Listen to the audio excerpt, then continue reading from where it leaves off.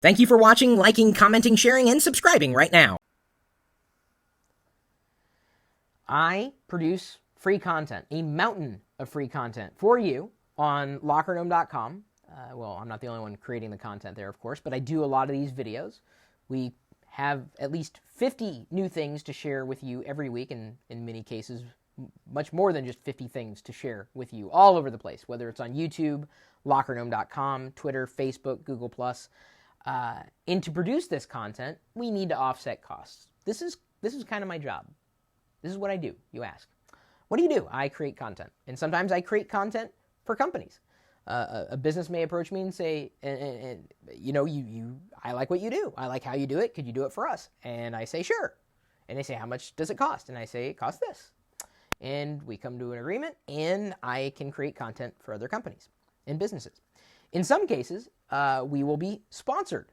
And when I find a sponsor and they ask to sponsor something that we do, they're happy because they get access to this community. And I'm happy because I can pay the bills. And it's nice to pay the bills. I don't think anybody would do anything for free forever unless you're a communist. So if you like free content, you have to keep in mind that it may be supported by advertising. And it most likely is.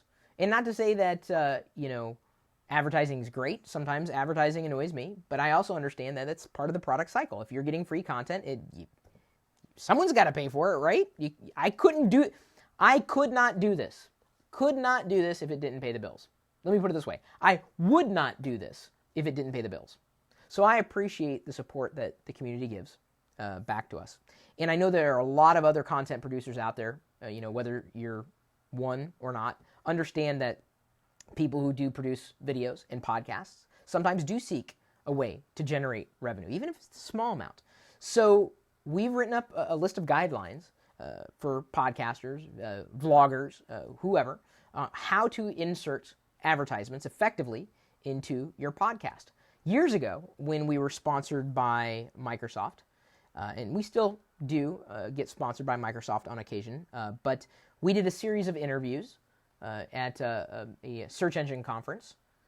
And in each one of the interviews, we began it and we ended it with a tease to the sponsor, inserting the sponsor's message into the podcast. And it worked out very, very well. And those podcasts, I believe still live on. Not in video form, but audio form. This is when it was called The Chris Pirillo Show.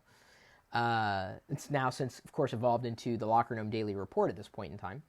But if you know that there's value to what you're producing, however you're producing, wherever you're producing, advertising can help pay the bills. And that's kind of the bottom line. You are a part of that product's cycle.